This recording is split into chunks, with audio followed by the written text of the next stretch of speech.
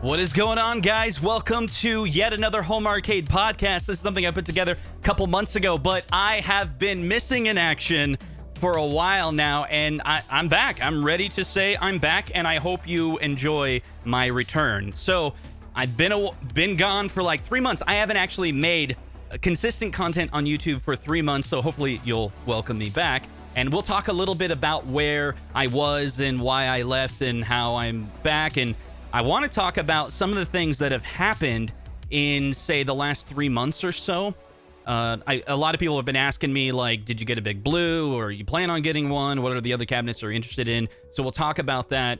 Highlights from the community. We got a couple specials going on today. I want to talk about someone in the community that did something really great, and I want to show it to you, and hopefully you can show your support to that person. So keep an eye out for that. But also, we have voicemail now available, so let me kind of show you how that works. I don't even know if I'm prepared for this. Let's see how I got this. Okay, so a couple things. So we got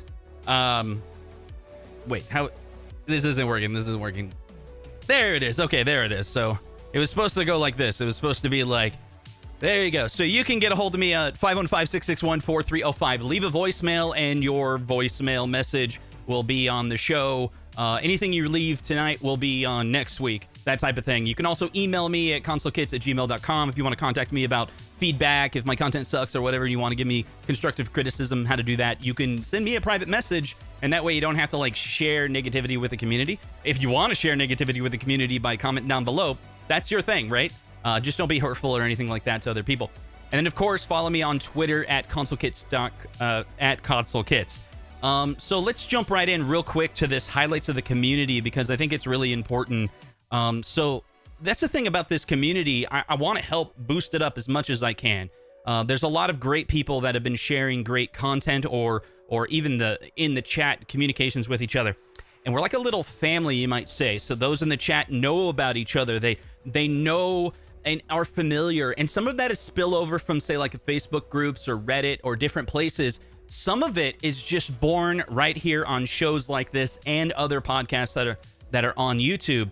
And we get to know each other. So there's someone in the chat that you probably know, and she did something really great. So there's this book.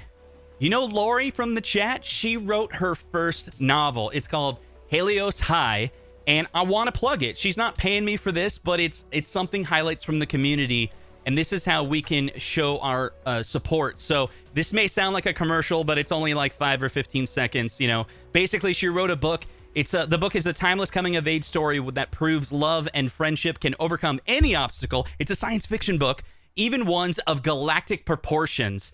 In this ambitious work of science fiction, the Breakfast Club meets Scooby-Doo as a group of misfits save the galaxy while serving time in detention. So there's reasons why I'm interested in this book. She told me about it. I'm like, yeah. She was like, hey, could I send you a copy? I'm like, absolutely. But I want to talk about this anyway, because she is in our community. She's like us, right? She gets all the same jokes that we do. So imagine even the fact that in the description, it's the Breakfast Club meets Scooby-Doo. That reference right there. I'm interested in a science fiction book. So I'm going to put a link in the description. In fact, I can put a link in the chat right now. This book is available for pre-order right now. And I'll put the link in the chat. You can go check that out if you want to show your support to Lori. That'd be great. I can imagine the scenario where people go buy the book, they read it, they love it, then they go make Amazon reviews. That would really help her out, I think. She didn't say any of this in the email. She's not asking for anything. She was like, hey, by the way, I wrote a book. And I don't really have, I want people to know about it. And I was like, I'll talk about it on my show. That's great. So I wanted to mention that. So there's a lot of great things going on in the community, especially when it comes to some of the new Arcade1up hardware that's coming out. And I'll just get around and say it. I want the big blue. I really do. But some of the reasons why I haven't made content in a while is because I moved. And so by moving was kind of tough this time. I've acquired a lot more stuff, right? And one of the things that I've acquired is for work, and some of the things are arcade cabinets. Go figure. So I had to move all that stuff. I had to move 8 full-size arcades. I had to move all of my Arcade1ups, my iArcade, the pinball machines that I have, both the Legends and the Star Wars. It was a lot of work. And I did all that prior to actually moving the rest of the things in the house. And so it was, I have to honestly say, this was one of the hardest moves I've ever done. So here's Lori. Lori in the chat. Thank you so much for the super chat. Thanks for the support, Justin, and everyone else. You guys know Lori, right? She wrote a book. So anyway, we'll get to it. I really appreciate you reaching out, Lori. I think that's really awesome. I wish you all the great success that you deserve for writing that book. So a lot of move. So basically, I want to buy these new cabinets. I fell in love with, just like everyone else. I've been able to follow some of the other podcasts, not very much in this last few months, but I have kind of seen the reviews, a couple of the reviews, not all of them. I'm sure there's some people in the chat have actually seen every single one of the reviews, so I probably lack a lot of details about the different cabinets. Just like many other people, the big blue cabinet, at first, the renders didn't look that great, but then we saw actual pictures of it. It looked great. One of the biggest improvements that I saw was the white, the T-molding on the big blue makes it really, really pop. All 12 games are online. I'm sure you've heard all this before, but that really excites me. The price is a little high. And so right now I'm not buying it. I'm holding off. And because the reason why I'm holding off is I don't have a lot of money right now. So basically, I had to spend a lot of money for the move or whatever. And so I'm in this gap where once I am able to build up a little bit more savings, then I can make a commitment like that, like buying new cabinets. I also think it's time. I've never sold any Arcade1up, iArcade, AtGames that I've ever purchased. I gave the TMT to a buddy of mine. That's it. Thank you, Zohar, for the super chat. He says, because you're back and because you're in my top 3 favorite YouTubers of all time. Wow, that's saying a lot, man. I appreciate that. He goes, first one being me, second one being Ralph. What? Oh my God. See, this is the thing with Zohar. It always comes back to him, right? So, what was I saying? So yeah, basically soon I think I'm going to sell the Street Fighter, Gen 1 Street Fighter that I have. I have way too many Pac-Mans, as some of you probably know. And I really want the class of 1981. Being online doesn't really add a lot of value for me on the Pac-Man, since I heard you can only just submit high scores. Competing for high scores for me, and I think there's a lot of people that are different, competing for high scores for me is not very attractive. Probably because I'm not very good at it. So like, I'm not gonna, I might not even get on the board, right? Maybe there's a thing, if there's a thing that's like state level, I'll be like, oh, I got the #1 in Iowa. I don't know. There could be different reasons for that to be good. But the 12 game Big Blue, all of them being online and all of them being, let's call it matches, that's kind of cool. Because even if, I'm not that great, I could go play other people in the community. And that's what I think. John D, he's been playing people in the community. I literally was going to message him today, and I'll just tell you right now, he should double down on that. Like, make it his, if he could turn his job just for a little bit into, I'm going to create these like home arcade tournaments, that would be amazing. That's what we're maybe we get Fighters Evo to do it. Maybe some of the other YouTubers that are out there that want to help sponsor this thing. I mean, I don't have the cabinet, so I don't know how I could help. But imagine a scenario. I'll throw an idea out there for you. So Kong is in the chat here. Like, let me throw this idea with you, Kong. You have the cabinet, right? What if you did a match with John D, right? And you did a video, but it's only like best of 3 or something, but it's live on your YouTube channel. Then you go work with another YouTuber or someone who has the ability to stream the cab, and you daisy chain the content from one YouTuber to a next. You set up all the live streams and you have them. There's a feature in YouTube where you can go in there and like send people to the next live stream. I think you can cross account on that. Like if you get the URL for other ones, I think you can send them to the next one, and it would just like build up momentum, and we'll just make it like a thing for someday, and it's like a tiny little tournament. I think that would be really, really fun. As as a viewer would love to watch that. Maybe it could be live, and maybe you could have someone do commentary, and he's kind of hopping from stream to stream and doing the commentary. Anyway, that would be really cool. I think that would be a really fun time and a way to kind of encourage the community. But also, there's some people out there that probably watch that and be like, now I want to get the cab. So, you know, John D could justify kind of take a day away from his normal day job and kind of spend time kind of putting that together. That would be pretty awesome. So I want to jump into the next section, and then we're going to get a hyper focus on the chat right now. Hey, Ralph, thank you so much. He says, welcome back. I can't stay. Wedding anniversary weekend. I know, man. Have an awesome stream, and happy anniversary, Retro Ralph. Everyone tell Retro Ralph happy anniversary. Send him your love. Maybe later remind yourself to go, onto Facebook or onto one. Just go to any Retro Ralph video. Just click on it and then chat happy anniversary. It could be his latest video, whatever. You know, as YouTubers, we get notifications anytime you send a chat. So if you ever want to contact us in any way, even if it isn't about the video, you can always be like, hey, love you, brother. I love that video, even though it wasn't this video. Whatever. We get the notification. We get the email. So that's really, really cool. Stringer Films. Justin's back for 10 minutes and my head already hurts. Am I talking too loud? Is that why? I don't know. Am I talking too loud? Am I talking too loud? Anyway, so check this out. Today, we're going to have to turn down this music here. Just going to kill it, okay? So today, we're doing a special thing. So this is... Hold on. Matrix Tournament. Okay, so what this is about is... Let's see if I can get to it. Here we go. So this segment, real quick, it's from the community. It's you can call me is this whole thing, right?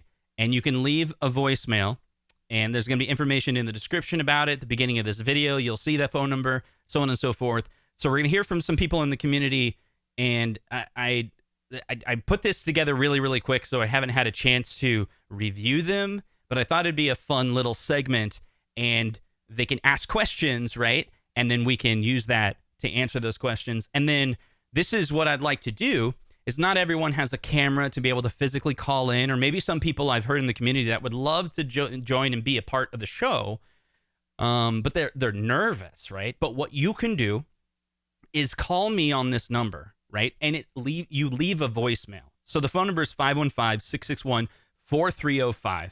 Again, 515-661-4305. You call that number. I'll put a link everywhere, whatever. You call the number, leave a voicemail. And then on the next show, we'll play it, you know? And we got a few tonight, and so we'll listen to them, and here they are. Here's the first one.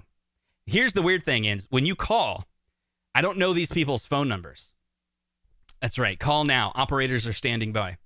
So I don't know their phone numbers, so I don't really know who these people are. I'm just going to click and play. It does give me the transcript, and I can kind of scan through it, and there's no swear words or anything like that. So I try to keep it, clean here.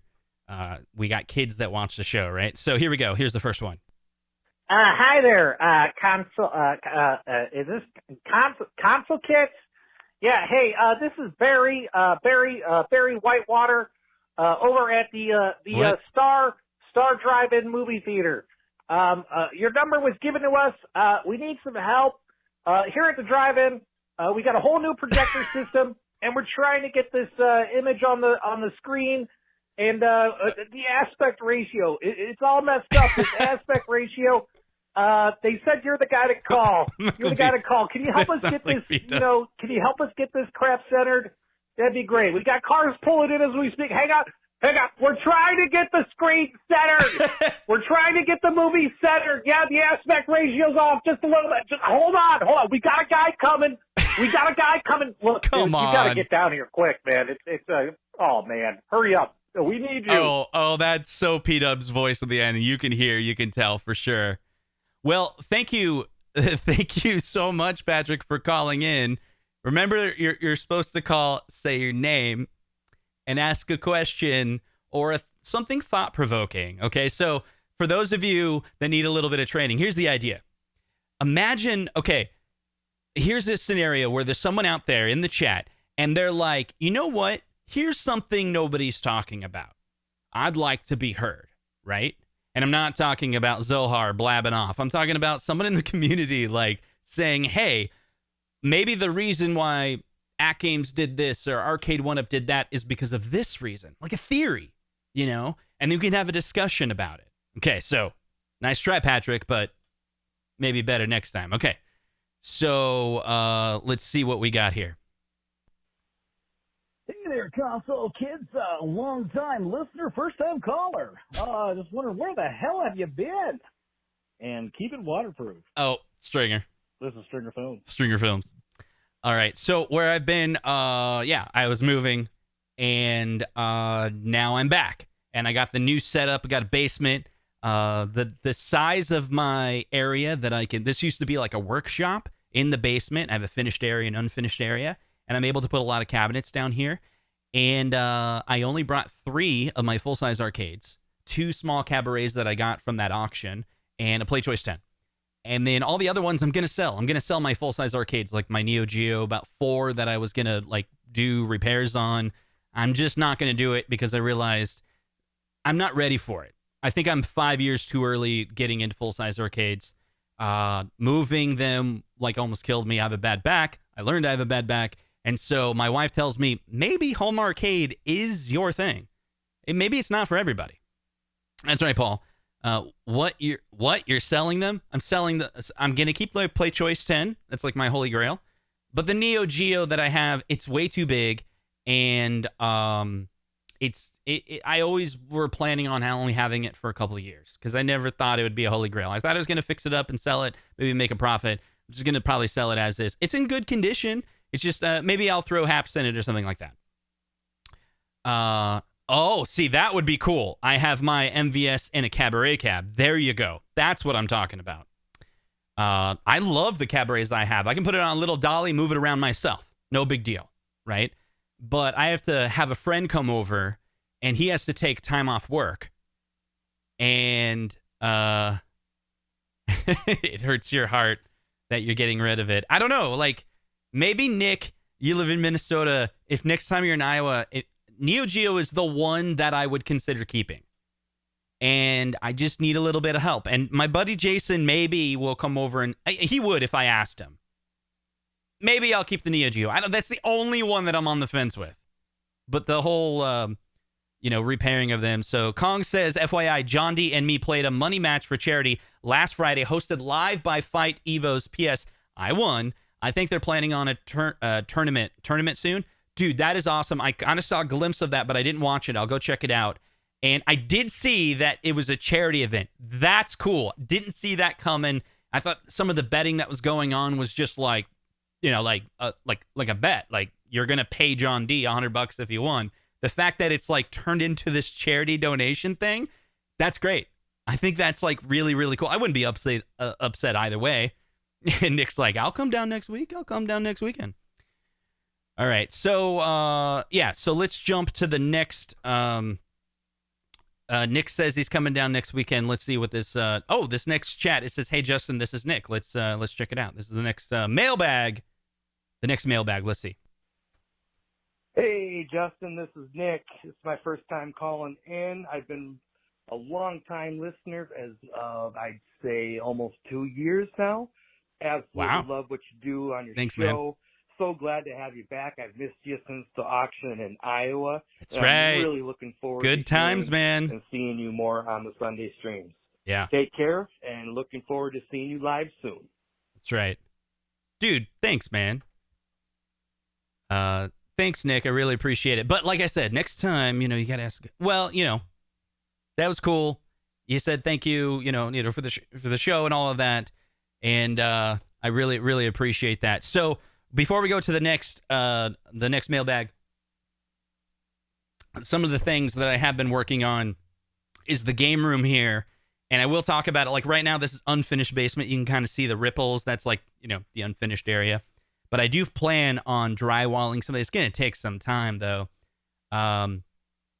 It's a big space, and I don't want to completely finish it because I'm pretty sure if I completely finish it, they're going to report it to the county. And the county's going to charge me more for taxes. So, but maybe someone in the chat knows this. This is the question that I had. Like, is there a thing where you can like finish your basement So I already have like a finished area that's a pretty good size, like a family room, a couple bedrooms down here. But how far can you go finishing before the county gets involved and like says, oh, we're going to increase your taxes by $1,000 or whatever like that? That's what I want to do, is like get right to that limit and then kind of YouTube studio this and then game room at the same time. Michael B is like, I wish my whole basement was open, man. I have empty basement envy, man. Yeah, and later I'll put together some type of tour, kind of show what it is. And I've heard some other people that have moved, and when they went and moved, it's like, not that I moved for home arcade or arcades, but it definitely influenced some of the things we were looking at. And I've heard some other people do that as well.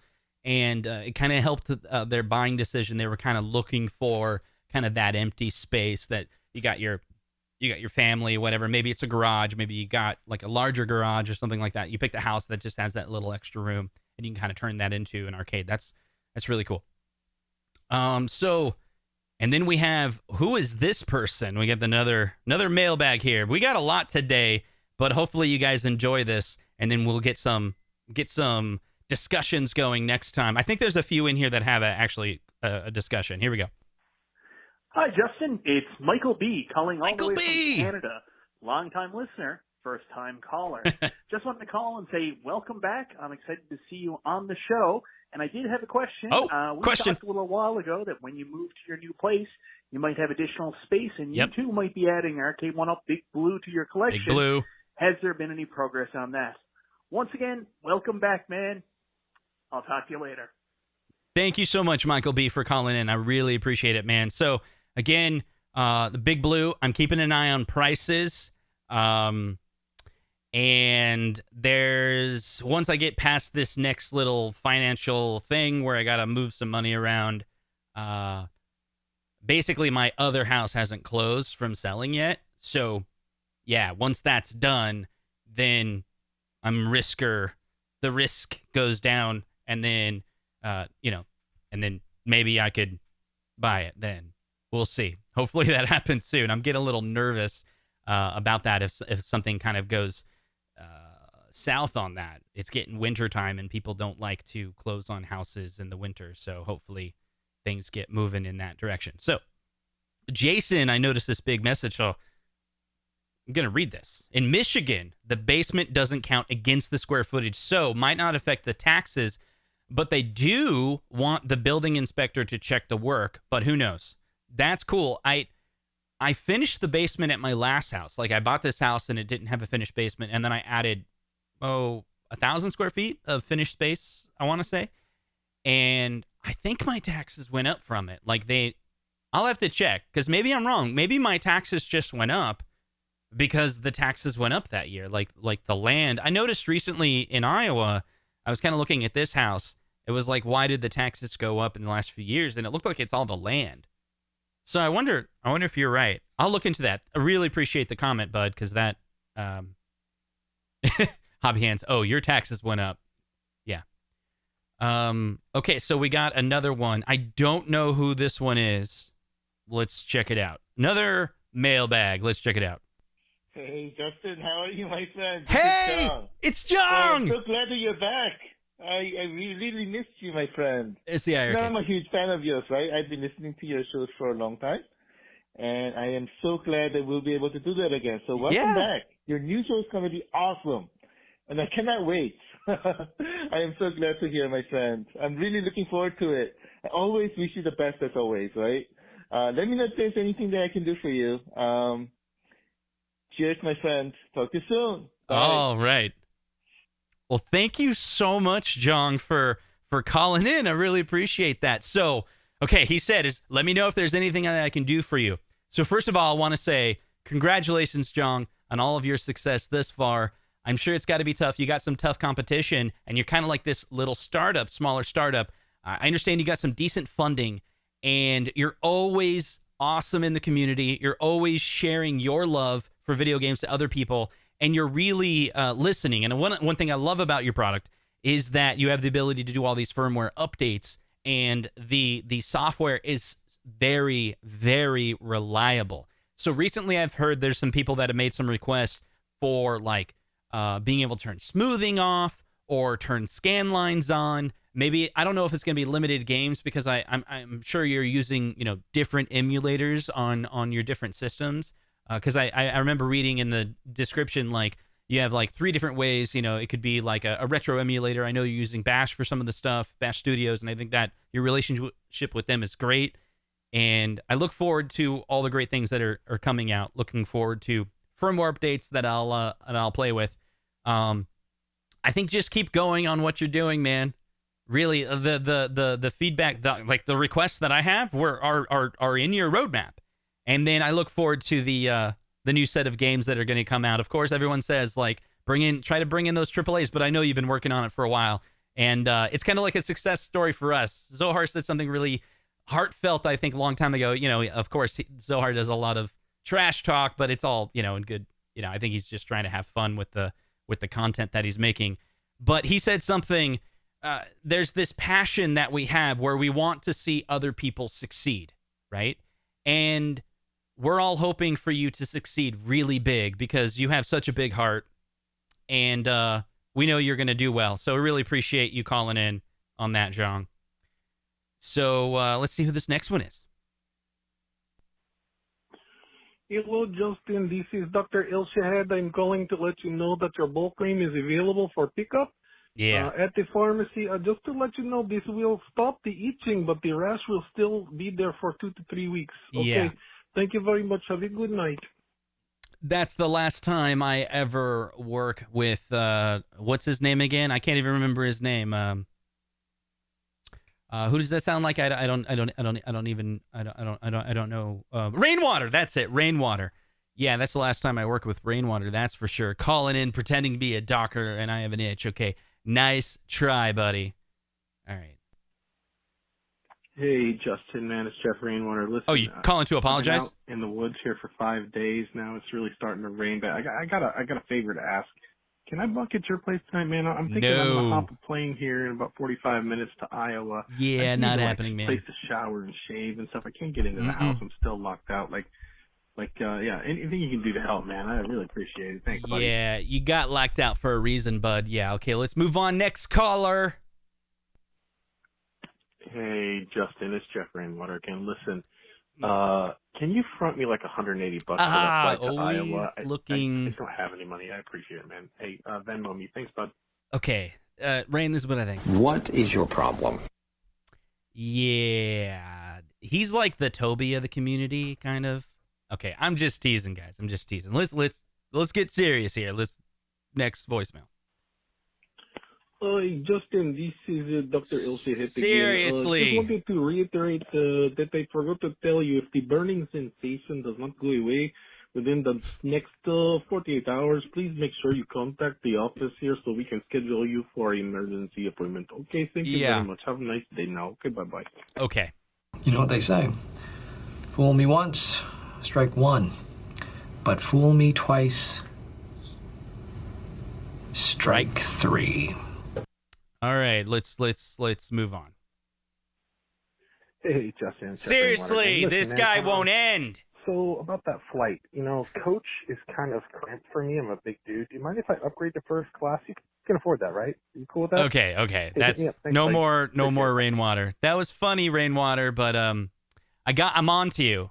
I just now noticed all the phone numbers are the same. So, yeah, these messages are annoying. Block him. Okay. All right. Okay. Here we go. Okay. One more. Hey, Justin, this is UAG. Oh, UAG! Been watching the show for a minute. He's right here, though. The question I have for you guys is, what is the pro of having a real arcade versus an Arcade1up? Okay. Because I don't see any, other than having a bad back. Okay. Let me know what you think. All right. Here we go. Thank you so much, your average gamer. Actually, see, this is what you do. If you want to call in, do it like your average gamer. Your average gamer asked an intriguing question, and I think that's great. So, in my opinion, What's the advantage of having a real arcade over something like a home arcade? He makes a good point, having a bad back. I think this is the answer. And I'm going to steal this answer from another YouTuber. So I worked, I'm a fan of RetroRGB and a fan of kind of that group of people that are making content. I'm trying to think of another YouTuber that kind of said the same sentiment. A thought-provoking question, huh? So here's the idea.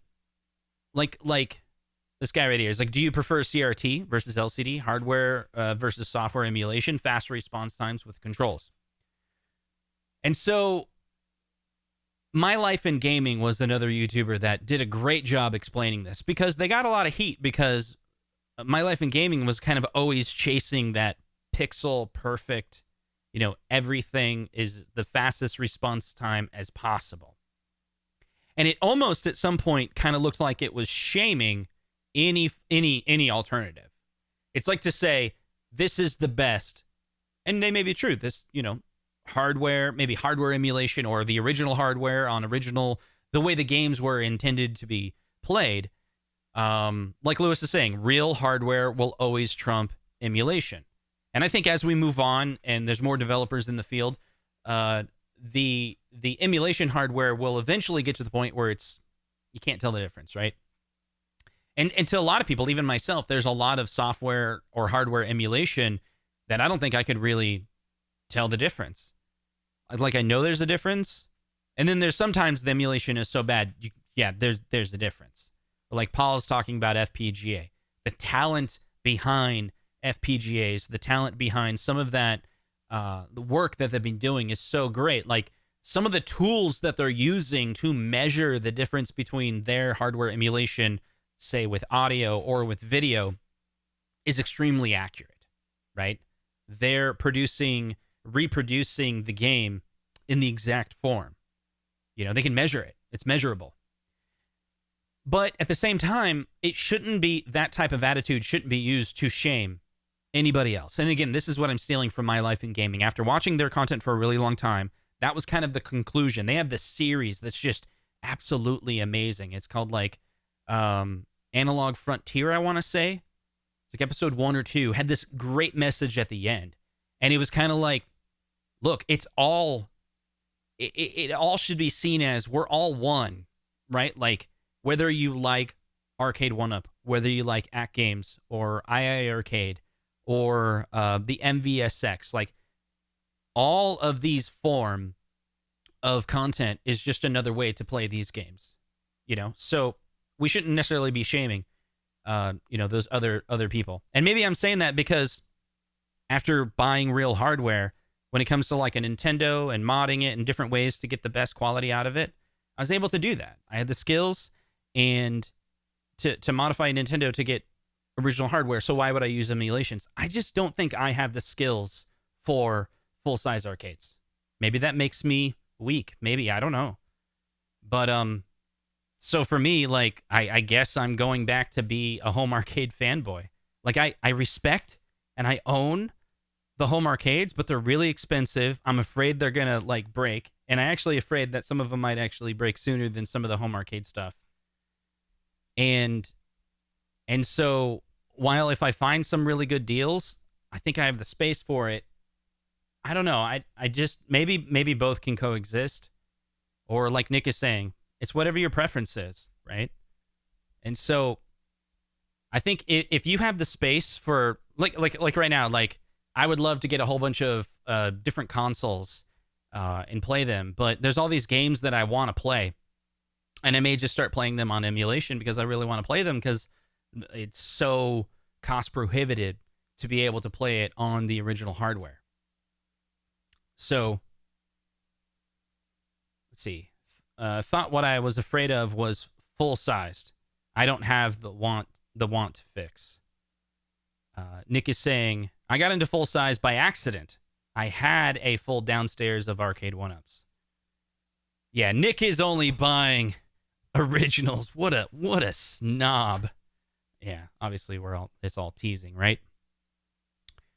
Yeah, Garage Gamer, just do some Mega Man. Like, Like I like some of the games that I plan on playing soon. Like you got the Mega Man, and then there's this other game that I really want to play, and I've only played it a little bit. Anyway, we'll get back to it.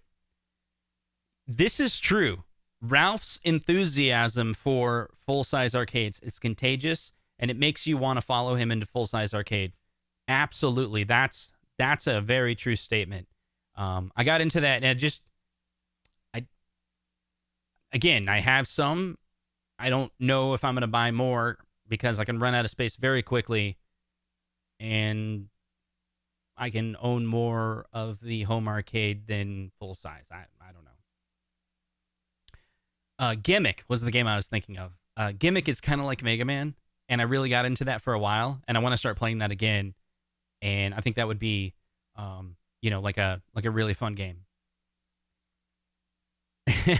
Michael B says, trust me, you basically become an electrical engineer when you own arcades. Yeah, and that's the thing. So some of the hobbies that I've got into before, I was ready to embrace that. I was like, okay, I'm going to sit down on this weekend, and with my spare time, I'm going to learn this skill. I'm going to get better at it. I'm going to use that skill for the hobby. And I tried to do that for full-size arcade, and I don't know if my motivation is just different, but I bought these arcades that need fixed up, and they're exactly in the same state than when I bought them. So I have this problem, this motivation to start. And maybe if I got the motivations to start and I started working on them, I would see, the joy in that. But I'm just not there yet. I think it's possible. That's why I said, like, early in the stream, like maybe that's, in 5 years or a couple of years from now, I'll be in a situation where that'll better fit. And I'm open to that. I'll leave that open. I'm not going to say I will never buy another full-size arcade. But I think for now, like, I don't know. Also, I spent a lot of money in a really short period of time buying arcades, and the money goes flying way more. And I don't know, maybe if you just got into home arcade and you're buying $600-700 Arcade1ups and you wanted to get 10 of them, yeah, you're probably going to see some money fly. So we'll see. Let's play some music, right? Let's get some music going in the background. I love this song. So Michael B says, watch John Arcade's 17-part series of 1-hour videos of him trying to fix his Mortal Kombat 2, and he actually knows what he's doing. Lewis says he wants Justin's music. I don't know, man. I don't know if this show, I think you're going to get epidemic sound music out of this show. Maybe I'll do something in the end. I don't know. Haven't really planned anything, but we'll see. Make it a winter project. There you go. Maybe. I was actually nervous about the full-size arcades I have because I'm like, they're in my garage right now. The other 5. I think there's 5 in the garage and then 3 downstairs. Like, what do I do? It's gonna get really cold outside probably this winter. And I was like, are they gonna, be harmed if they're there overnight or over the winter? I hope not. Anyway, so Jason says that he's talking about that video series earlier. That video series is what made me simultaneously want and not want to own real arcades. And I am an electrical engineer. That's good feedback, Jason. Sergeant Time says, I think space should be considered in what you buy on whether you should buy real arcades or home arcades. And I have to be honest, again, like I was saying before, like the price hike of the recent, like, all of them are pretty expensive now. The Legends has always been a little bit more expensive than the Arcade1up. We're now at a point where it's like the Arcade1up leapfrogged to a more expensive cab. You can still get some deals. Like, I saw some deals where you can get, like, the old Pac-Man Galaga with a riser, but only 2 games, for like $2.99 at certain places here in the United States. But it's going to be like a Gen 1 or kind of like a hybrid Gen, but it's not going to have, like, all of the newer games. I do think the future of home arcade, the customers demand live. That's where I see iArcade going. That's where I see, AtGames is going to continue to invest into that, I think. Especially when they have Arcade1up just starting to dominate that space that they previously left alone. Arcade1up, it took them a while to get to this rhythm of like, I think like every cabinet coming out now may actually be live. Like live cabinets, is it standard? Is live or online gameplay the new standard for Arcade1up? And I think it might be, and I'll give you a couple of reasons, right? It's with the price going up, they have to do something. And the prices that are going up is wood. You know, it's the screens are more expensive, the CPU, you know, all of that. Like, I went and bought something at the store recently. I went to the music store and I bought something, and the sign said 109. And the guy's like, let me go get it in the back. And in the back it said 139. And he's like, yeah, it just went up $30. But he's like, I'm gonna honor that lower price. But he's like, I swear, he's like, 2 years ago, these were like, I think he said like $70. And it's like the cost to manufacture of them, just this part just keeps going up. And he's like rolling his eyes. It's like really hurting their business. And so I wonder, you know, that's all happening to Arcade1up as well. But to produce live, that's got to be an increased cost. So think about it. If you're going to come out with a new Arcade1up cabinet and it's just static, it's just Pac-Man. So you got engineers that they typically always outsource, you know, different emulation companies, and they're going to tweak the emulation on it. If they're also building or connecting that platform to an online, they would be dumb not to charge more. Those companies are charging more. But my guess is the cost of development has not increased in proportion to all those other hardware costs that are offshore. And so maybe Arcade1up can absorb that extra hit. What do you guys think? You know, what do you guys think in the chat? Like, does that make sense? You know, like Nia Severa, for example, maybe you know. Nia Severa is in the industry. He works with software developers, you know, and obviously cost. Console fanboy. He says he agrees with everything, but freaking Zohar agrees. If he likes someone, he agrees with them, and then if he kind of likes them, he trolls them. Actually, if he loves them, he trolls them. That's the weird part. I did miss the super chat from Zohar, which is weird. So there's Zohar doing a super chat, and there's console fanboy in super chat. Okay, anyway, he goes, "Hey man, big fan. Just want to send support your way. And this crazy guy, console fanboy, has a premiere dropping in exactly 65 minutes. He scares me. He scares me too. This guy scares me too." Now we have one more voice chat to get to, and let me pause the music here, and let's see. Here it is.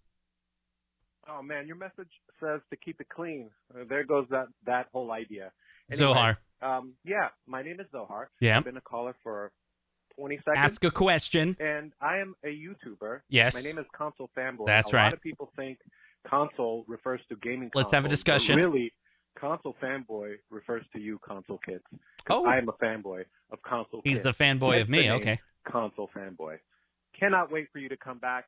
I'm glad you are. I bought 3 pizzas, and I'm going to eat it by myself. Oh, well, bye. That's sad. Well, okay. Thank you so much, Zohar, for also calling in.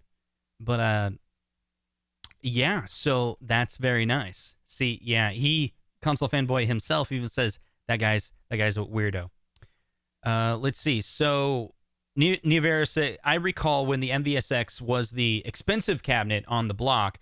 Now it's one of the cheapest and the most game stock, but it's not online. So that's another good thought. Like a cabinet like that, would that motivate? Like if Unico is to come out with a newer cabinet down the line, a different version. I know there's been talk at some point of like them releasing more cabinets, not just for the Neo Geo, but you know, maybe they get a license or deal with other people. Would that one be online? Or maybe that would be their edge. They're like, we can lower the cost. I don't know. Like if they find ways to, that's the thing. I only see it being like, you got to add extra tech, you know, because the tech I think is going to be less expensive than the added manufacturing costs. I would think so. I think you could find deals to save some costs on that side. Let's see. So we got Zohar. How do you keep all these accounts straight? I was gonna say eat it naked, but I kept it clean. Yeah. Mason says, I love the abrupt ending after he mentions pizza. Yeah. Let's get some more music going, right? So Lori back, remember earlier, she's the writer in our group here. She said, and her book is going to outsell anything Zohar has ever made. That's for sure. Lori says, I remember seeing the Atari 2600 for the first time on a tiny black and white TV at Woolsworth as a wee child. See how great she is with these words? Imagine you read an entire book like that. That's great. They had combat loaded. It blew my mind. Thank you, Lori, for the comment. Really appreciate it. This is true. Lewis is like, you know, he's got like 20 accounts, right? And talking about Zohar again. See, everyone's like, I highlight Zohar, but you guys are like talking about him right now. He's like, he is eating the pizza over the sink like a rat. What? All right. Brian, thank you so much. He says, the Zohar is dominating Diablo 2. All right. And we got, let's see. Okay, we'll wait for that to come in. So, Michael, how do you know? How do you know, Michael? Okay. If there's any questions you guys have in the chat, put a question mark at the beginning of your chat. Then I'll know it's a very specific question. Like, well, you know, have a little conversation here. 2 Mile Arcade says, question I want to ask you, what would you tell a person that wants to be an Arcade1up or home arcade YouTuber? Wants to be an arcade, like wants to be a YouTuber? Wants to be a home arcade YouTuber? What I would say is, let's see. There's different strategies to get into YouTube. I think a lot of people struggle. I struggle. There's a certain point where you can feel that you have, you're getting something out of it that you enjoy. Like, for example, if you imagine you start as a YouTuber and then no one watches your content, you get like 0 views, and you put out another video, 0 views. Maybe that wouldn't be very rewarding.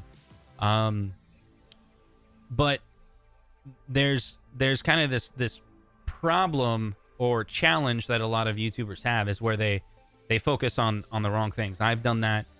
So if you're focusing on only views, or you have like this, you're comparing yourself to others, that can become really harmful, because you compare yourself to others. You might get a competitive brain, and then you might not feel satisfied because you're kind of holding yourself up to someone else's standards.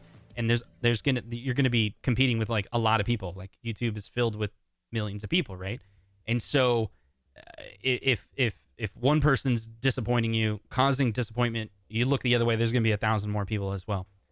And so you really just gotta focus on what you enjoy talking about and what you're gathering a crowd for, and where those intersect. Continue to make content. And so I like to not let other content creators be my enemy, but it's like, I just want to grow. I want to grow. So I measure myself. I finally got myself into a good headspace for that, where I'm like, just look back a month or 2 ago or 6 months ago, where was I? And where you grow, and thank the community, like right here. Like, you guys are helping me grow because I enjoy making content that you enjoy making, or you enjoy watching, and get constructive feedback from the community of how you can make the content more enjoyable for them. And then focus on that. Just focus on that. And then focus on trying new things. Like, this whole setup that I'm doing right now is a completely different setup that I've done before. I'm learning, and it's within my wheelhouse to stretch that little bit more. It's kind of like going back to the the full-size arcades. I think like with YouTube or like hardware or anything like that, if you could just always stretch yourself just a little bit and then get used to that, once you're used to that, and then stretch yourself a little bit. When you make those big leaps, it can kind of be overwhelming. I think that's what I did with full-size arcades. I was like, I don't have any full-size arcades. And then I bought a whole bunch. And then it was like overwhelming. I'm like, I don't... Like, this one has this issue, this one has this issue, and I'm just overwhelmed. Where do I start? Shouldn't have done that. And so that's why I was thinking maybe, like, down the line, you know, full-size will be for me because I'm going to have to just do it slow or something. Console fanboy. That one disc comment just spawned 5 videos. Okay, so there's one more... Hold on. There's one more voicemail that just came in. What's going on? Let's see who it's from. Is there a question? I see questions, question marks, so here we go. Hey, Justin, it's P-Dub. Okay. My wife, son, and I, we just pulled into the local Star Drive-In, and the aspect ratio on the screen is really jacked up. They said you were on your way to fix it. Yeah, so, whatever. Hoping you could wrap up the show there, hop in the car, head over to Arizona here, and get this drive-in screen fixed. We greatly appreciate it. Also, let us know what you think about those new 2-player Arcade1up countercades. What's your opinion on those? Thanks so much. Hey, he asked a question. All right. Okay. Yeah, he asked a question. So let's talk about that question real quick. So the 2-player countercades. Let's take a look at that real quick. So how do I do this? So let's go like this, go like that. That looked kind of weird. And let's do it like this. Boop. There we go. So Arcade1up's website has a lot of these. Let me kind of. Wow, this is really funny. That looks really bad. So take a second. Just minimize this to here. Then we go here. There we go. Okay, so Arcade1up has these new 2-player countercades. So I've been thinking about this. I have 2 countercades at this point. They're the Pac-Man and the Galaga.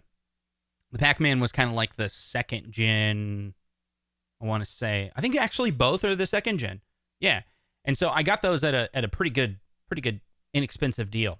So the problem with these 2-player countercades is they're more expensive, just like everything. But it's a way, especially an entry point, to get into it.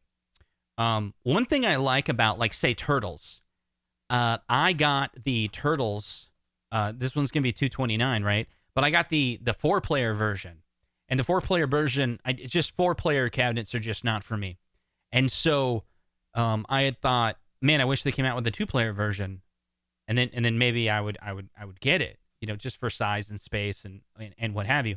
But this one, it's like a countercade, so I have to kind of rethink my setup. Is what I got to do. And could there be a place in my gaming area for these 2-player countercades? I could see it. I'm not gonna jump out and start buying them though. I just don't know if now's the right, you know, like I said before, like I'm gonna wait a little bit, and maybe these will come down in price as well. That always is a possibility. So we'll see. And I started seeing some pictures online of some of them, and I don't think they look too bad. So thank you so much for the question. Another great example about how we can kind of start a conversation and we use the community. We're going to take a look at some community questions that are here. I just saw some show up with these question marks at the beginning. I want to make sure I don't miss anybody. So take a second. And let's see, chat. See, I got it all messed up. This will take 2 seconds. Like literally, I gotta turn. This will be fun because what I'm gonna try to do is make some of the things that I'm doing right now a single button. And there we go, to pull that up. Okay, we did so many things in Iowa. That's right. So Mason and I, we did this video. If you guys haven't watched it, I have a video on the channel. It's the Iowa Gaming Classic. Mason helped me put together the content. It's unfortunate it didn't get a lot of reach, but it is a great video. I think it was one of the best videos that I've ever done, and it has like some of the least amount of reach on it. There's a lot of people showcased from the community that were in the episode. They were there in Iowa, and we kind of captured a great moment. And Mason Conrad, you probably know him. He makes a lot of thumbnails for a lot of the different home arcade channels. He makes Chasing Nostalgia with Retro Ralph, and he was. We flew him out to Iowa, and we had a lot of fun. So Brian says, do you have an arcade mobile camera to stream arcade gameplay? I don't have that set up yet, but I think I can do that. Yeah, that's something that I have all the equipment for it. I would just need to configure it. So great question. Thanks. I'll look into that because that could be, we could have some fun streams with that. Would you like a Terry Bogard bobblehead for your new home? Maybe. I guess we can talk about it, Chris. Let's see. Another question. Your Average Gamer says, does new Arcade1up cabs all must be online with given success of the Big Blue? It'll be interesting because let's see. So with the Big Blue being online like that, with the Big Blue being online, yeah, man, like if you take a look at all the cabinets that they have available now, if you take a look at these cabinets, right? Look at all the ones I think they should like almost have a little symbol that's like live. Like it doesn't, there's no way to like scan real quick. Is there a way to go like, show me all your live cabinets, right? So we can kind of look at this glance. I think that's going to be, won't have online gameplay, but a leaderboard uploads. This one's live. The new Turtles is going to be live, right? And then The Simpsons, I think, is live. But the question is, will bowling be live? How will that work? Can you play against each other in the bowling? So I don't know if we have those questions. So none of those are live. X-Men's live, right? I think that one's live. Killer Instinct is going to be live. And so some of these newer cabinets that are not out yet, and then Ridge Racer is going to be live. Is that right? So, I mean, they're already kind of doing it. Like, is there any cabinets that are coming out that are not yet out that are announced but not released? I think they're all live. They're all some form of live. So I wonder if we're going to see that. Like, even the 40th anniversary Miss Pac-Man, this class of 1981, you know, is a sort of live, right? It has a form of live, and now I got double screen. This is fun. So you got to turn those into shortcuts. So, good question. I think they should double down if they can. If they can budget it, in such a way, that would be great. So the Legends Pinball versus Arcade1up, go. So I'm definitely interested in the Arcade1up pinball again because of the new hacks that come out. I'm actually really interested in like how it works, and I think I have an understanding of how the guy put it together, and I think how he put it together is pretty clever. This idea that you know, the script downloads the firmware. The script downloads the firmware from Arcades1up website, unpacks it, grabs I think it's an APK file out of all three of them. The entire UI is just an Android app, really, and then he installs it, you know, into a single firmware. You jam it onto the box, onto the pinball machine, and then it boots up to this, you know, Android selection, and you can see all three APKs, and you click on one, and you can play all 30 games. It's kind of a clever way to do it, like a clever way to package it, right? Because he's not sharing the firmware; it's actually downloading it, and so, yeah, I think that's interesting from a technology point of view. I have both, and I have a limited time, so I go back and forth playing between the two. I think I've played the Legends more before I moved. Like, since I moved, I haven't really played them very much. Just still busy cleaning up and unpacking, and we just got our like washer and dryer today, and got to hook that up tonight or tomorrow. So I haven't had a lot of free time. But, yeah, like, I think I have pinball fatigue when it comes to the tables.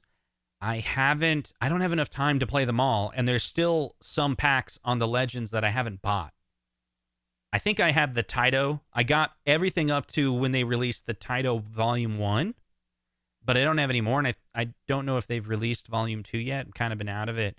But it's like I'm already at a point where there's like so many games that I would love to learn to play them in so little time. So if they come out with, for me, if they come out with even more games, I'm not going to buy them for a while until I play all these for a while, which is cool, I guess. So I got a lot of room to play games. Let's see. Let's get the chat back on. No. Yeah, this is going to take a second to get used to, guys. I can tell that. There we go. Let's see.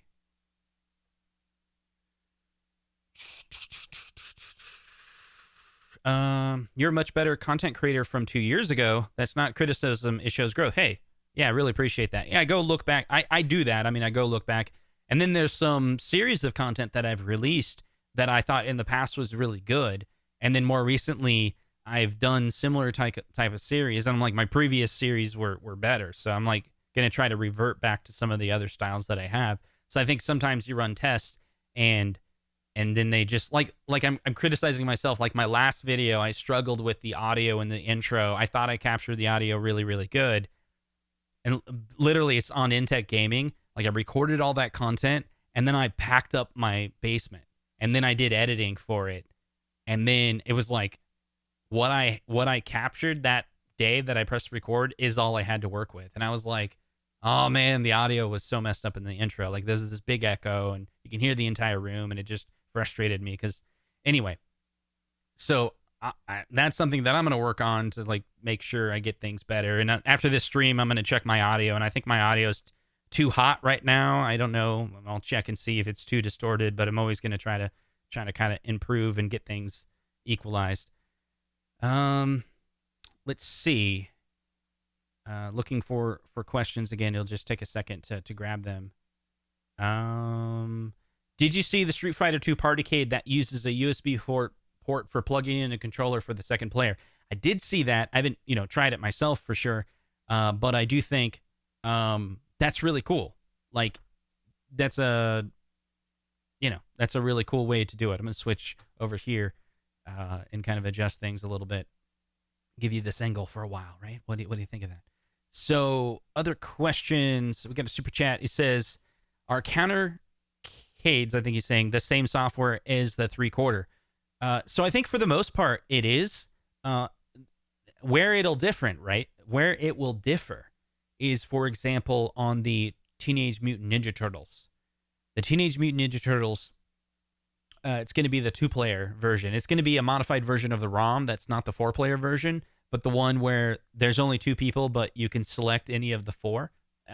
That's my understanding. I don't know how they do it any other way. So the software is going to be about the same, but check this out.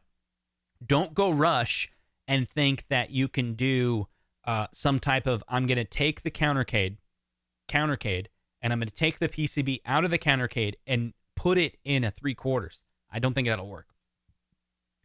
The reason why is because the aspect ratio, right? It's the aspect ratio. See what I did?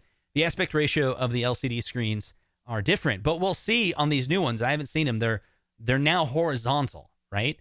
But the previous ones were vertical, but it's not just the horizontal or the vertical. Those LCD screens, I don't think were exactly a 4:3 or 5:4. They were yet another resolution, if I remember correctly, and the actual connector on the LCD is not the standard LVDS connector. So they are different. It's going to be. I'm assuming that. I mean, I don't know. Like if you go look at the Partycade that hangs on the wall, right? That uses all the same spec and hardware as the 3/4.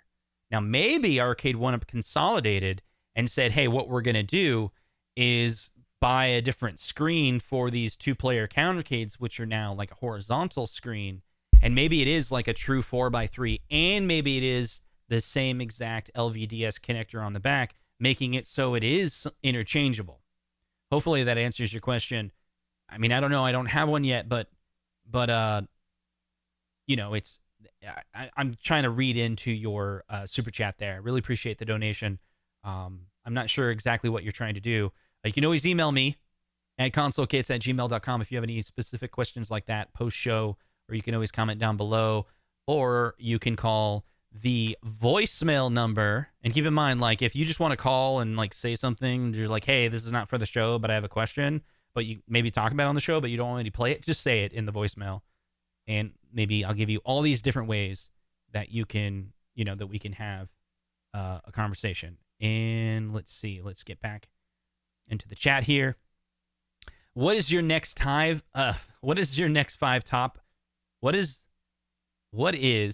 your next top 5 cabinets you want to see in the near future for Arcade1up or others? Last time we talked about like the most interesting Arcade1up cabinets to come out, I was really interested in the class of 1981, and they're kind of delivering on that, right? It's basically the 40th anniversary skinned. It doesn't look like it's going to have the same ROM, but it looks like it. So it looks like the class of 1981. I think that's really cool.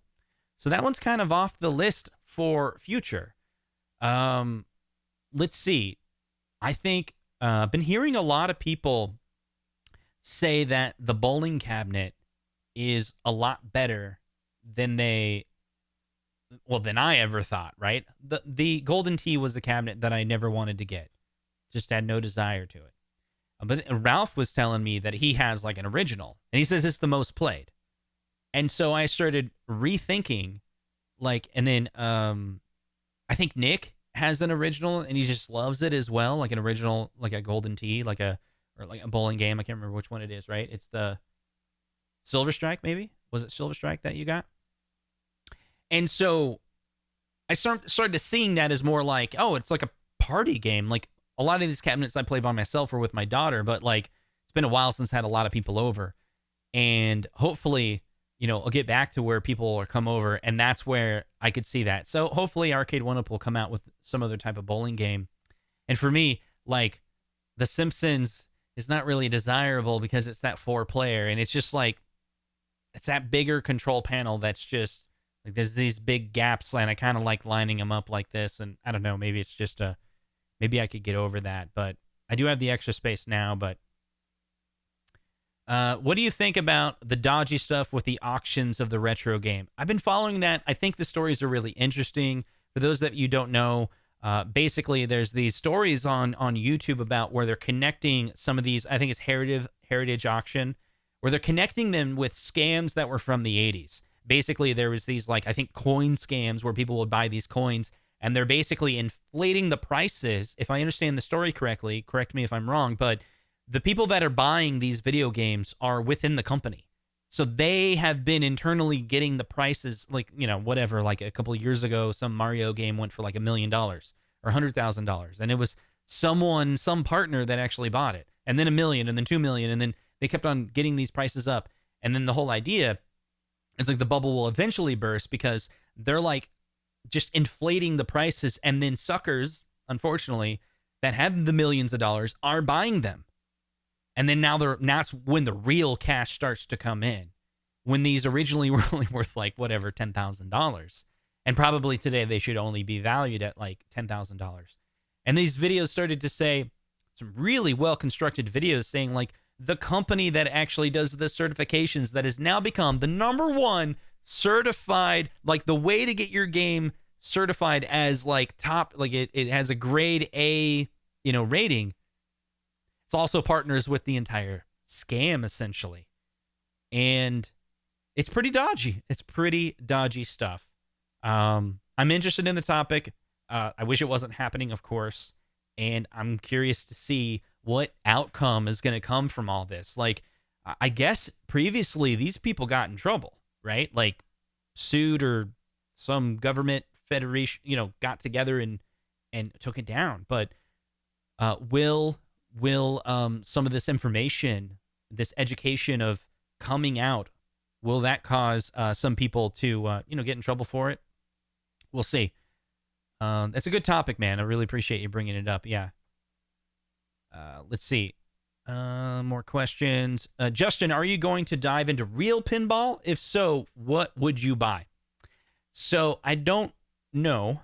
I can say that I saw in an auction Super Mario Brother pinball, and it got me excited. I'm not going to bid on it, or I'm not going to buy it, but it did strike my eye. Then some of those pinballs that are big, titles like an Indiana Jones or a Back to the Future. Those excite me. I've also thought about buying that Stern pinball. It's like Star Wars. It's like $5,000 brand new on Walmart. That kind of caught my eye. I'm not well educated in original pinball, so I don't really know what I'd be buying, and that's kind of what's caused me fear. Plus, it's really expensive. So, but I did go to that auction, and there were some pinballs that only went for like, I think one went like $800. It was like steal. I was just shocked. Like, it was kind of an older one, but it was like I just sat there and was like, oh my God, it's gonna go for like nothing. And I was like frozen like a deer. And I should have been like, bid. But we'll see. But I'm also afraid like it's gonna be a lot of work. You know, like it's mechanics that I don't understand. So maybe virtual pinball is like a good gradual stepping stone, like we talked about earlier, like this idea that you're just kind of pushing yourself a little bit to kind of understand it, the mechanics of it. Like, do you even like pinball? These virtual machines tell me, yeah, I do like pinball. These games are really fun.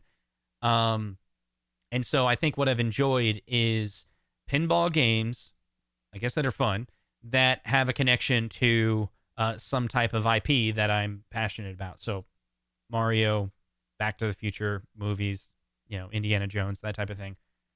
That would probably be my pull into that space. Thanks for the question. Really appreciate it. I think that's a fun conversation.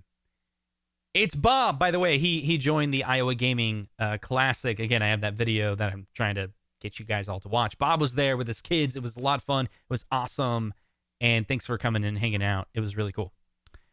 Let's see. Looking for a little more questions. And you know what it's time for? It's getting about that time.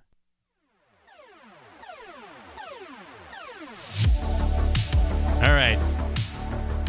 We've stayed our hour. In fact, we're way past it. An hour and 12 minutes. Tell me what you guys think. This is what I put together for tonight. I tried to spend some time with the community. I thought maybe the voicemails were kind of fun. I think maybe I got annoyed a few people because it was too jokey.